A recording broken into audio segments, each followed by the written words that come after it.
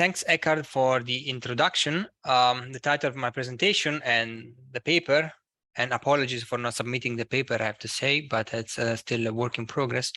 It's in search of a growth model for Italy, the failed attempt of an export-led recovery strategy, with a question mark.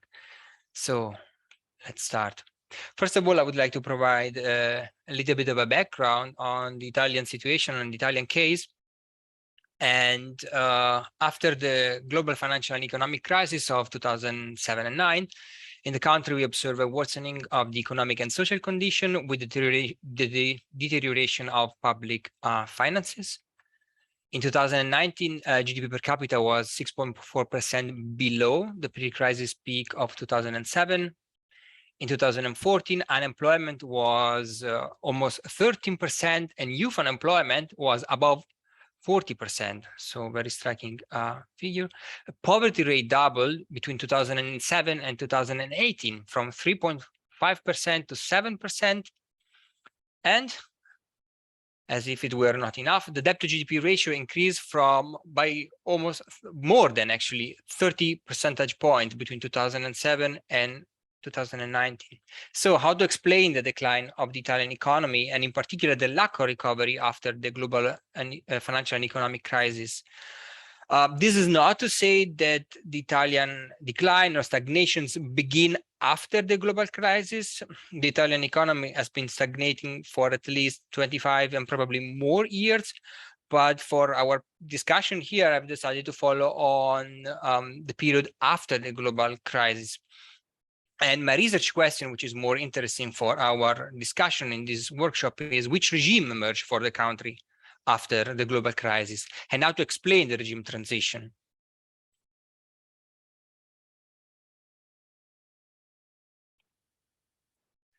I want to provide also a very short introduction on Italy in the broader comparative political economy literature. I believe that some of the people in the audience here are very well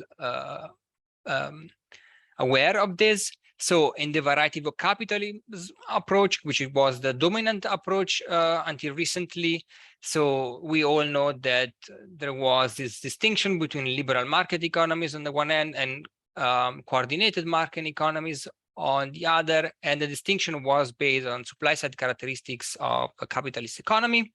So what about Italy and this literature? Well, the Italian model was seen as ambiguous and was showing what's called institutional incoherence and lack of complementarities among institutions, and thus was relegated to the case of a mixed market economy, which was like a subordinate group. And was also labeled as a dysfunctional state capitalism, so a model that was trying to mimic elements of a coordinated market economies, and this was the case in the post-war period. And in more recent time, it was trying to mimic element of the liberal market economies, however, without becoming either one of the two models. With a well-known paper by Baccaro and Pontosan in 2006, we observed a shift in the attention of the comparative political economy literature from the supply side institution to post-Keynesian economics, right? So they bring aggregate demand and income distribution at the center of the analysis. This is not a new approach, especially to post-Keynesian that have been analyzing demand and growth regimes for quite some time, and in particular the shift of the regime after the global crisis. And I'm thinking about the work of Eckhard with several co-authors here in the respect. And this is where my contribution starts. So now we look at GDP growth contribution. So I perform the same exercise that many other of us in this workshop have done. Eckhard used a nice name yesterday to mention this GDP growth contribution and sectoral financial balances. Unfortunately, I forgot it, but we will talk about this later, maybe. So, yeah, decomposite GDP growth contribution. On the left-hand side of this chart here, we have average values for the period before and up to the crisis, and then for the period 2010-2019 after the global crisis, so including the Eurozone crisis starting in 2010. And on the right-hand side here, we have basically yearly value and graphical representation. So what do we see? Well, which are the sources of growth for the Italian economy in the period up to and including the crisis, the economic and financial crisis? Well, it seems to be domestic consumption, certainly not investment. This is including stocks, but the figure doesn't change too much if we exclude stocks. So domestic consumption and public consumption, so government spending. The contribution of the net export is negative. For the period after the crisis, the contribution of private consumption is basically disappearing, it's close to zero. And what about investment? It doesn't change that much. And the contribution of government consumption become negative. The only positive source of growth for the Italian economy in the period post-crisis seems to be, well, net export.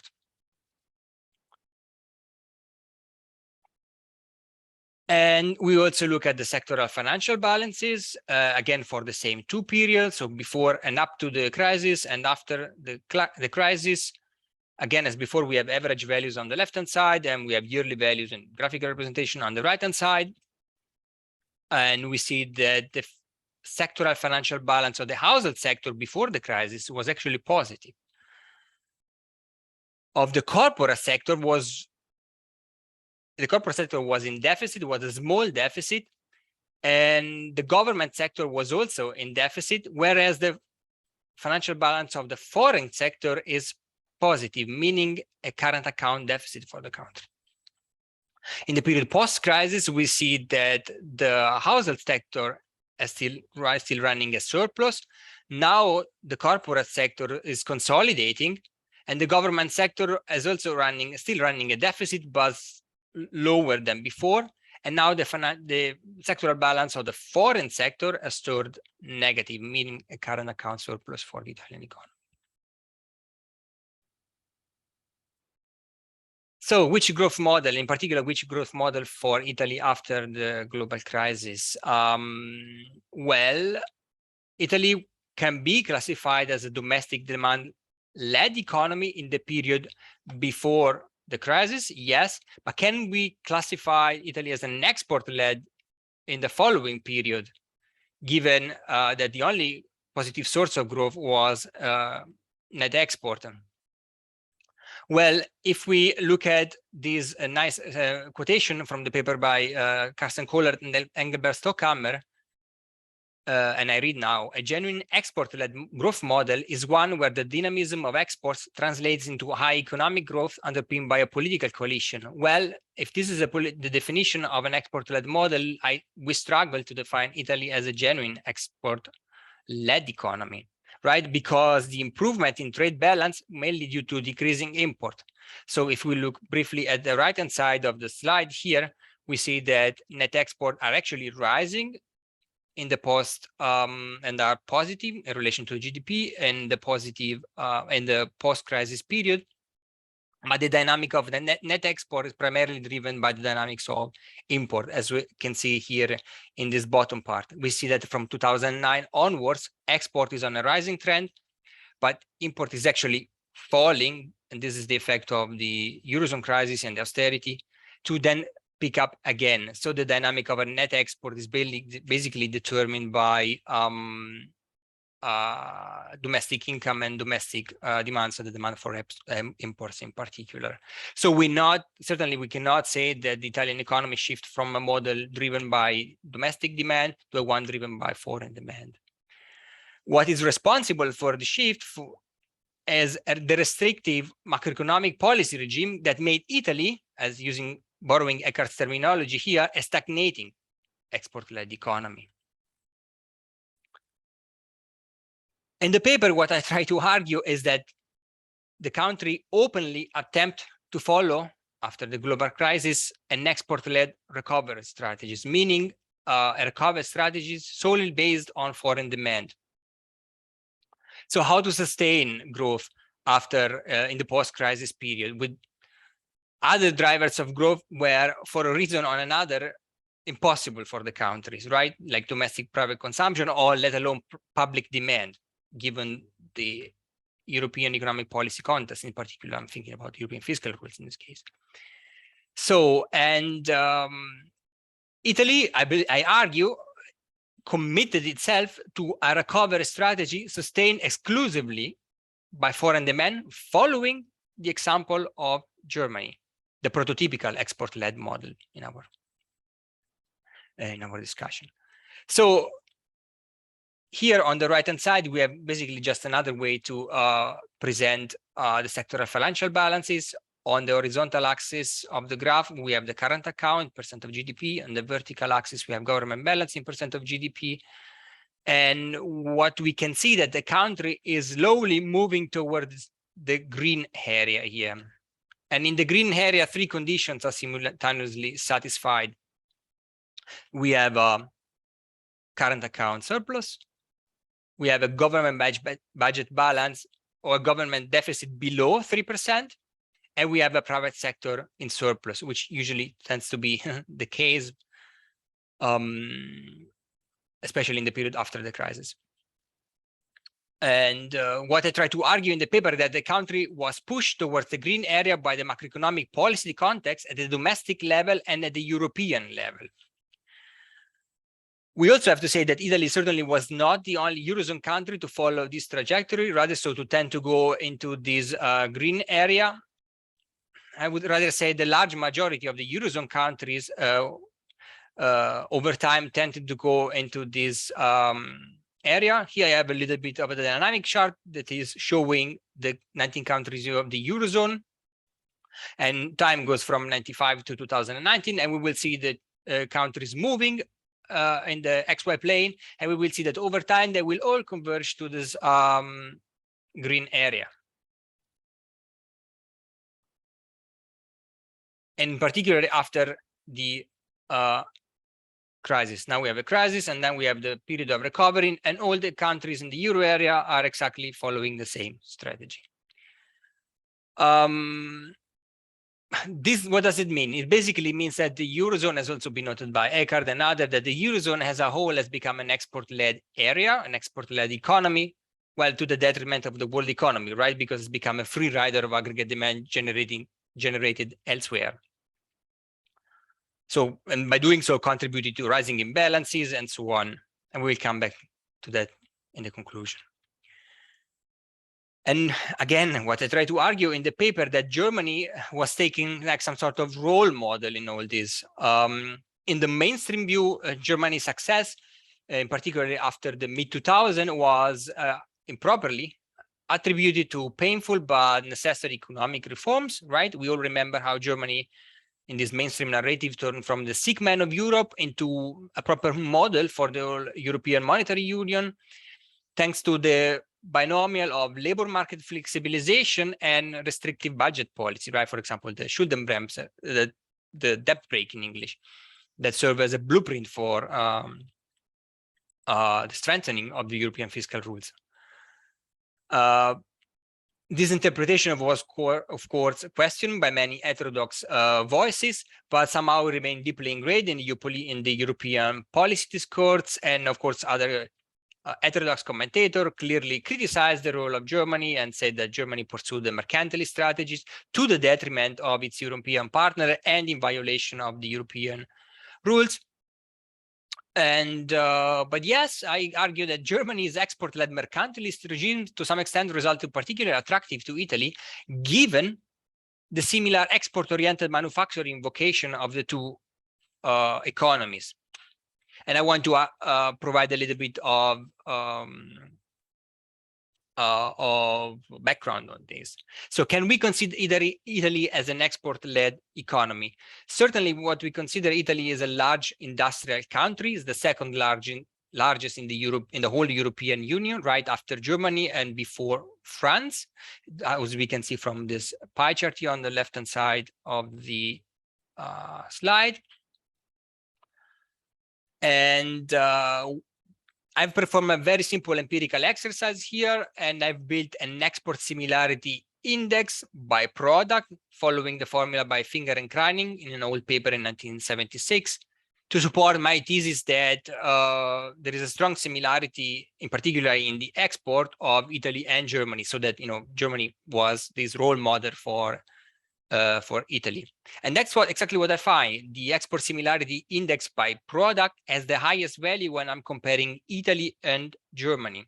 I'm also comparing Italy and the other largest manufacturing industrial countries in the Eurozone, but they all seems to have lower value of this export similarity index. We have also evidence, both historical and empirical, that Italy was driven by Italian growth was driven by export demand. However, Italy and Germany are largely considered also to export-oriented economies. However, more recently, they have clearly followed two different trajectories because the Italian economy had problems in facing the challenging of globalization, whereas Germany has better tackled this challenging. And as I said, the two countries tend to export similar products, but yeah, Italian export perform clearly worse than the German export, but even worse than the other Eurozone peers, and suffered what has been labeled like a China shock. With this table, I want to compare the performance of the Italian exports to the performance of export of the other four major Eurozone economies, namely France, Germany, and Spain. First, we have the growth rate of total export, average values over three periods this time because I want to better filter out the effect of the crisis, of the crises. And yeah, from what we can observe is clearly that the rate of growth of Italian export was clearly the lowest among the largest Eurozone economies in all three periods considered. When it comes to the growth rate of only goods export, also the Italian export was not performing well. We have, again, the lowest value among the four largest economies of the Eurozone. And here I concluded this table by comparing the share of goods exports in total export among these four economies. And here what is emerged that actually the weights of goods export in total export is actually increasing for the country. And the figure for Italy, now I'm looking at the average for the last period, is strikingly similar also to the figure in Germany. So we have that 80% of export is represented by goods exports. And this is an additional argument to my thesis that two countries have a similar export-led oriented represent similar export-led oriented economies. However, I argue that Italy learned the wrong lesson from Germany. Why the wrong lesson? Because initially, so price competitiveness was thought to explain like the persistent current account surpluses of Germany, in particular vis-a-vis the rest of the Eurozone. And this was also the interpretation that was given also among heterodox scholars, although this interpretation was questioned. And empirical research also showed that the German export success was actually due not to price factors, but rather to non-price competitiveness factors, namely technological factors, but also to other factors, like, for example, the reorientation of the export market for Germany towards emerging economy in the Eastern Europe, but also the Asian economy, the specialization in advanced sectors, and the reorganization of the production networks towards Eastern Europe in this case. So what I say that Italy did not accumulate the correct German model, but rather the mainstream German model, the one based on the binomial labor market flexibilization and fiscal austerity. So Italy, what tried to do was just to export, to boost export only by means of internal devaluation, and did not reorganize its export market, neither try to upgrade the technological content of the goods exported. Wages. I want to now focus on three remaining areas. So wages. In the post-crisis period, wages in Germany were rising. In the post-crisis period, wages in Italy were falling, exactly the opposite dynamics.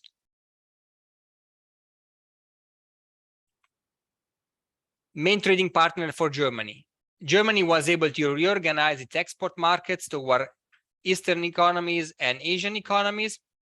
We see that we have export share broken down by countries in 2000 on the horizontal axis, and export share in 2019. So if the country appear below the 45-degree line, this means that has decreased weight in the export.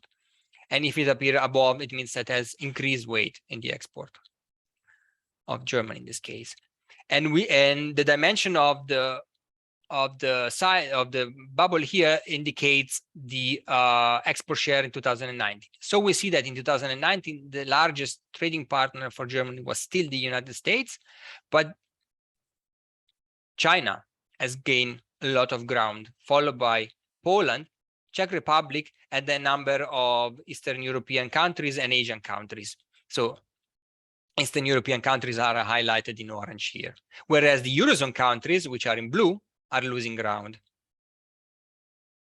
What about Italy? Was Italy able to follow the correct German model and thus reorganize the export market towards emerging economies? No. We see that the major trading partners for Italy in 2009 are Germany, France, and the United States, although they are losing ground as they appear below the 45-degree line. And well, the Italian export seems to be scattered among large varieties of countries, among which we can definitely identify Asian economies like China and Eastern European economy like Poland, but the weight of this economy has not increased as much as it did for the case of Germany. And technological competitiveness. So this is a very simple exercise what I'm performing here. I'm looking at 3 stylized indicators that more or less can serve as proxies of the technological competitiveness of the Italian economy, particularly the Italian manufacturing industry. So I'm looking at R&D spending, both public and private, in % of GDP, and government education spending, again in % of GDP, like in investment in human capital, so future generation that are able to advance the technological frontier of the country, and the economic complexity index and the rank. Well, again, bad news for Italy when it comes to R&D spending. Italy has one of the lowest value among the 4 largest Eurozone economies, and in 2019 was only doing better than Spain, so 1.4% against 1.2%. But this figure for Italy is less than half of the figure for Germany, 3.1%. So poor investment in R&D spending. When it comes to government education, well, the government education spending in % of GDP in the Italian economy, it went down.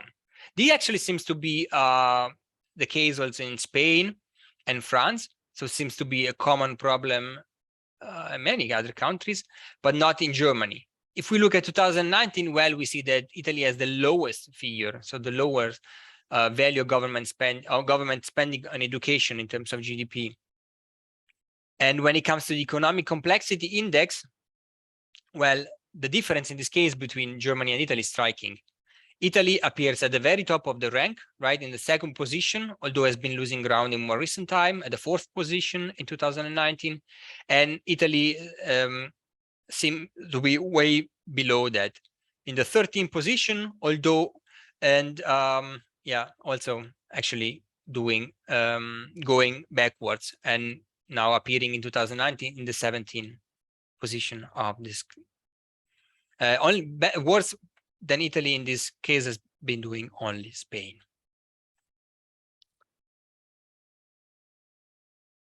And also France has been worsening, but not as bad as Spain, the case of Spain.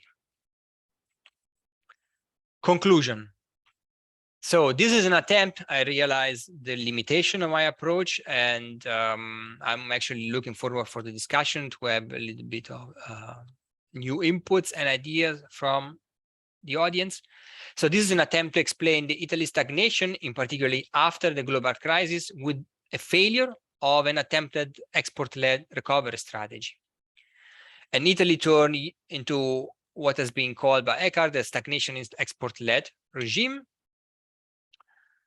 I argue that Germany emerged as a successful model to follow for Italy, and Italy and Germany have been historically two export-led economies with close similarity in the exported product. However, Italy learned the wrong lesson from Germany because it applied only deflationary wage policy, as I was showing, that have only led to persistent stagnation. Whereas the German export was not based on price competition, but rather on technological competition and the access to new markets. I don't want to mean that Italy should have followed an export-led recovery strategy. This might have been, we can argue that, but a possible way out of the stagnation in the short run. But the export-led regime intrinsically is unsustainable. Yeah, we're clearly facing an aggregation problem at the world level. So it's always more difficult to find export market or countries that are willing, right, to run persistent current account deficit. So the export-led strategy on a longer time is certainly not a sustainable growth model. And what we need is rather in Italy, but we can say this for the whole Eurozone, is an income-led recovery strategies. I conclude my presentation here. I am very much looking forward for your comments and inputs, and that's it for now. Thank you. And yeah, many thanks. Waiting for the questions. Many thanks, Alessandro.